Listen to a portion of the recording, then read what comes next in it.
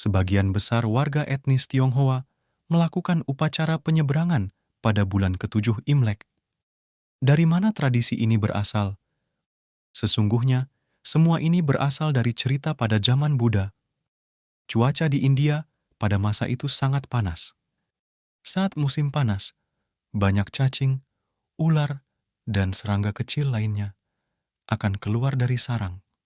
Buddha khawatir para muridnya yang bertelanjang kaki keluar dari vihara untuk menerima dana makanan akan menginjak dan melukai serangga atau sebaliknya terluka oleh serangga. Karena itu, demi keamanan para muridnya, Buddha menetapkan saat musim panas di India, yakni dimulai dari tanggal 15 bulan 4, Kandra Sangkala, para anggota Sangha harus berkumpul bersama. Mereka tidak keluar untuk menerima persembahan dan membabarkan dharma. Selama masa itu, raja, menteri, dan para umat berumah tangga akan datang memberi persembahan makanan kepada Buddha dan anggota Sangha agar para anggota Sangha dapat melatih diri dengan tenang. Jadi, selama 3 bulan itu, dimulai dari tanggal 15 bulan 4, Kandra Sangkala hingga tanggal 15 bulan 7, Kandra Sangkala, ditetapkan sebagai masa varsa. Selama 3 bulan itu, ada orang yang menenangkan hati untuk merenungkan dari mana kehidupan mereka berasal. Ini membuat mereka teringat pada orang tua mereka. Salah satunya adalah Maha Maudgalyayana. Suatu ketika di masa Varsa, Maha Maudgalyayana duduk bermeditasi. Beliau bersyukur atas budi luhur Buddha. Beliau juga memikirkan ibunya yang mengandungnya dengan susah payah. Sebelum beliau meninggalkan keduniawian, ibunya sudah meninggal dunia. Karena itu, beliau bermeditasi untuk mencari keberadaan ibunya. Beliau melihat pemandangan di alam setan kelaparan. Ada salah satu makhluk berperut busung dan berleher sangat kecil yang berjalan ke arahnya. Beliau menyadari ternyata itu adalah ibunya. Meski Maha Maudgalyayana adalah anaknya, tetapi sang ibu tetap berlutut dan meminta pertolongan kepada beliau. Maha Maudgalyayana segera memapahnya. Mengapa ibu terlahir di alam setan kelaparan?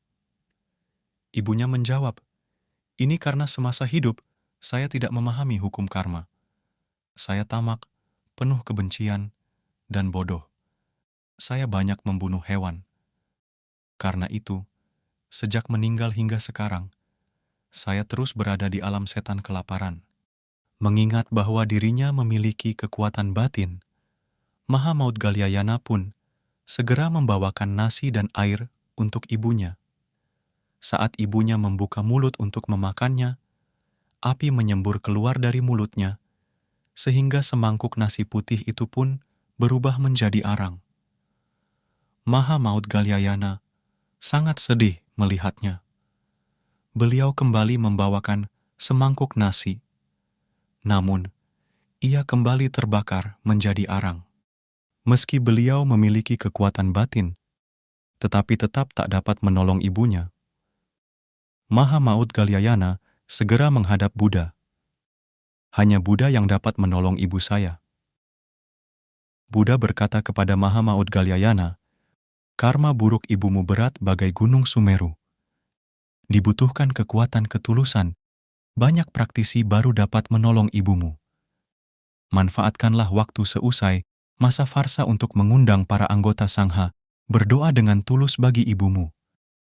Engkau juga hendaknya dengan tulus memberi persembahan bagi para anggota Sangha. Jadi, di hari ke-15 bulan 7, Kandra Sangkala, Maha Maudgalyayana memberi persembahan kepada Buddha dan anggota Sangha. Meski sebagai salah satu pemimpin Sangha, tetapi beliau secara langsung membawa air bagi para anggota Sangha untuk membasuh tangan. Lalu, beliau memberikan persembahan makanan kepada Buddha dan anggota Sangha. Dengan penuh ketulusan, setiap orang berdoa bagi ibunya. Kekuatan ketulusan dari semua orang ini membebaskan Ibu Maha Maudgalyayana dan banyak makhluk lainnya yang juga menderita di alam setan kelaparan. Ini yang disebut menolong yang digantung terbalik atau ulambana. Menurut kepercayaan tradisional, bulan ketujuh Imlek dianggap sebagai bulan buruk. Ini tidak benar. Bulan 7 Imlek merupakan bulan penuh berkah dan bulan penuh sukacita bagi Buddha, karena pada saat ini banyak praktisi yang menyelami Dharma dan tercerahkan. Karena itu, Buddha merasa sukacita. Jadi, kita harus memiliki keyakinan benar. Jangan percaya takhayul. Kepercayaan takhayul membuat kita mudah berbuat keliru